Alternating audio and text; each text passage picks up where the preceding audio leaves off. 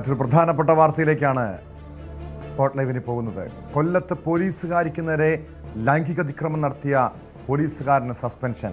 Neendakara coastal police സ്റ്റേഷനിലെ civil police officer നവാസിനെയാണ് city police commissioner suspend ചെയ്തത്. സേനയുടെ അന്തസ്സിന് കളങ്കമുണ്ടാക്കുന്ന പ്രവൃത്തിയാണ് നവാസിൽ നിന്നുണ്ടായതെന്ന് ഉത്തരവിൽ പറയുന്നു. നവംബർ 6-ാം തീയതി പുലർച്ചെയായിരുന്നു നൈറ്റ് ഡ്യൂട്ടിക്കെത്തിയ വനിതാ പോലീസുകാരിക്ക് നേരെ അതിക്രമം ഉണ്ടായത്. പോലീസുകാരി കമ്മീഷണർക്ക് നൽകിയ പരാതിയിൽ ചവറ പോലീസ് കേസെടുത്തിരുന്നു. വിവരങ്ങളുമായി എസ് വിനീഷ് ചേരുന്നുണ്ട് കൊട്ടാരക്കരയിൽ നിന്നും, കൊല്ലത്തു നിന്നും.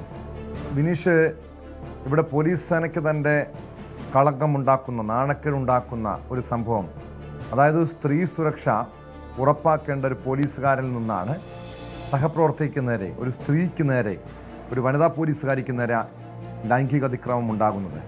അതിനുശേഷം ഇയാൾക്കെതിരെ കേസെടുത്തു. ഇപ്പോൾ സസ്പെൻഷൻ ഉണ്ടായിരിക്കുന്നു. മറ്റ് നടപടികൾ ഇനി എന്തൊക്കെയായിരിക്കും?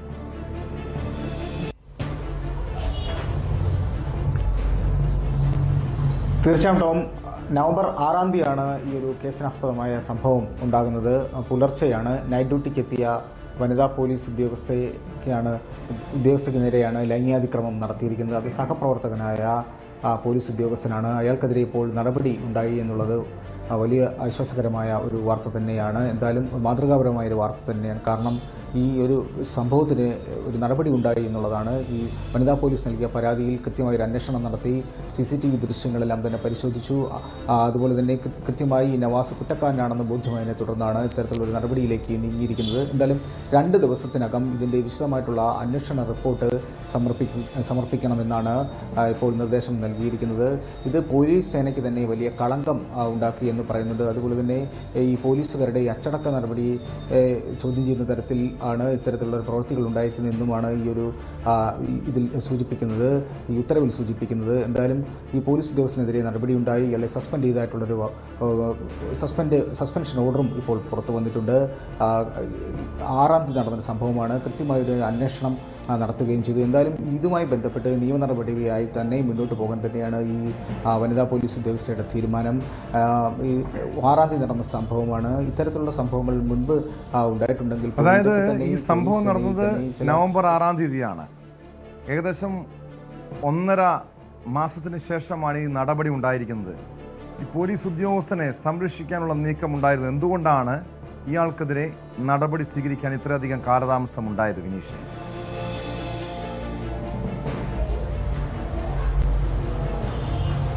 ഏറ്റവും നമുക്കറിയാൻ കഴിയുന്നത് ഇതുമായി ബന്ധപ്പെട്ട് ഈ അതിജീവിത വലിയ രീതിയിലുള്ള ഉറച്ച തീരുമാനത്തിൽ തന്നെയാണ്, നിയമപരമായിട്ട് തന്നെ നിയമ നടപടികളുമായിട്ട് തന്നെ മുന്നോട്ട് പോകുമെന്നുള്ള ഉറച്ച തീരുമാനത്തിൽ തന്നെയാണ് ഇപ്പോഴും ഉള്ളത്. അതുകൊണ്ട് തന്നെയാണ് ഇതിനിടയിൽ ചില ഒത്തുതീർപ്പുകൾ ഒക്കെ നടന്നതായിട്ട് ചില സൂചനകളുണ്ട്. ഈ അസോസിയേഷൻ പോലീസ് സേനയിൽ തന്നെ അസോസിയേഷനുമായി ബന്ധപ്പെട്ട ചില ഒത്തുതീർപ്പുകൾ, പക്ഷേ ഇതിനൊന്നും തന്നെ വഴങ്ങാതെ അവരുടെ മൊഴിയിൽ അവർ ഉറച്ചു നിന്നു.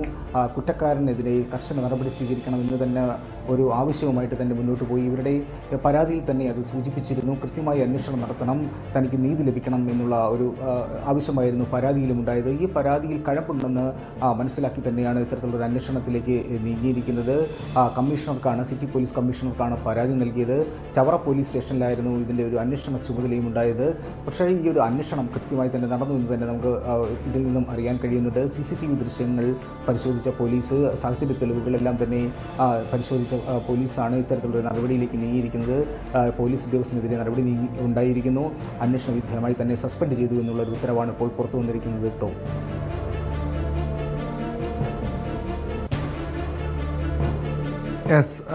എന്തായാലും ഈ പോലീസ് ഉദ്യോഗസ്ഥനെ സസ്പെൻഡ് ചെയ്തിട്ടുണ്ട്.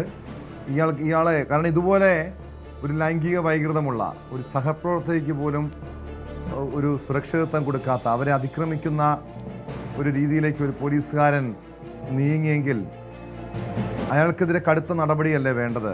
സർവീസിൽ പോലും തുടരാൻ അനുവദിക്കാൻ പാടില്ലല്ലോ.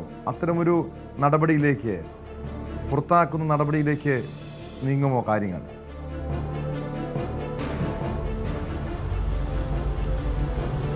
തീർച്ചയായും ടോം, ഈ ഒരു സംഭവം വളരെ ഗൗരവകരമാണ്. കാരണം രാത്രിയിൽ ഡ്യൂട്ടി കഴിഞ്ഞ് പുലർച്ചെയാണ് ഏകദേശം ഒരു 6 മണിയോട് കൂടിയാണ് ഇത്തരത്തിലൊരു സംഭവം ഉണ്ടാകുന്നതെന്നാണ് സൂചിപ്പിക്കുന്നത്.